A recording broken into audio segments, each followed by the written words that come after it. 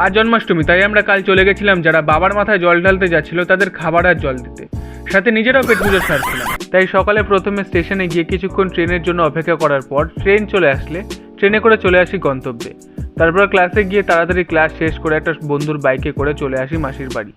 তারপর সন্ধ্যাবেলায় রেডি হয়ে বেরোবো, দেখি বৃষ্টি পড়া চালু। তারপর আবার খাবারের ভ্যানটা একটু এগিয়ে দিয়ে বৃষ্টি আসছে, আমি আর দাদা স্কুটি করে চলে যাচ্ছিলাম সেই জায়গায় যেখানে খাবার দেওয়া হবে সেটা ঠিকঠাক করতে। তবে কিছু দূরে যাওয়ার পর সেই কি বৃষ্টি, না পেরে একটা জায়গায় দাঁড়ালাম।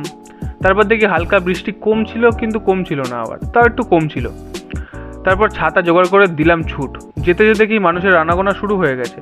তারপর চারিদিকটা একটু ঘুরে দেখলাম, আসলে জায়গা দেখছিলাম, সাথে সাথে কী কী খাবার দিচ্ছে সেটাও দেখছিলাম আর কি।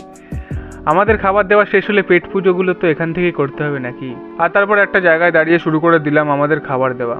আর যখন লজেন্সের কৌটোগুলো খুলছিল সে নিমেষের মধ্যে শেষ। আর জিলাপি আর লাড্ডু শেষ করতে মোটামুটি সময় লাগছিল, তাও লোকে নিচ্ছিল। তবে জলের বোতল মানুষ এমনভাবে ইগনোর করছিল যেন জলের বোতল না, ওটা তাদের এক্স। যাই হোক, সবাই মিলে লাড্ডু জিলাপি লজেন্স দেওয়া শেষ তো করলাম, কিন্তু জল শেষ হচ্ছিল না। জল দেওয়ার সময় নিজেদের চরম পরিমাণে সেলসম্যান লাগছিল। যাই হোক, অনেক কষ্টে সবশেষে আমরা এটা শেষ করতে পারলাম। আমরা এবার বেরিয়ে পড়লাম খাদ্য অভিযানে। প্রথমে পেয়ে গেছিলাম পোলাও আর আলুর দম।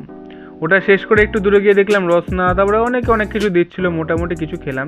তারপরে এক জায়গায় দেখি একজন বিয়ার দিচ্ছে, লোকে মানে ছেঁকে ধরলো তাকে, আর নিমেষের মধ্যে সব শেষ।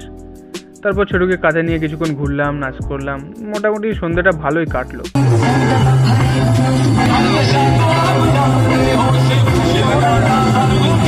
তারপর অটো ধরে চলে আসলাম মাসির বাড়ি।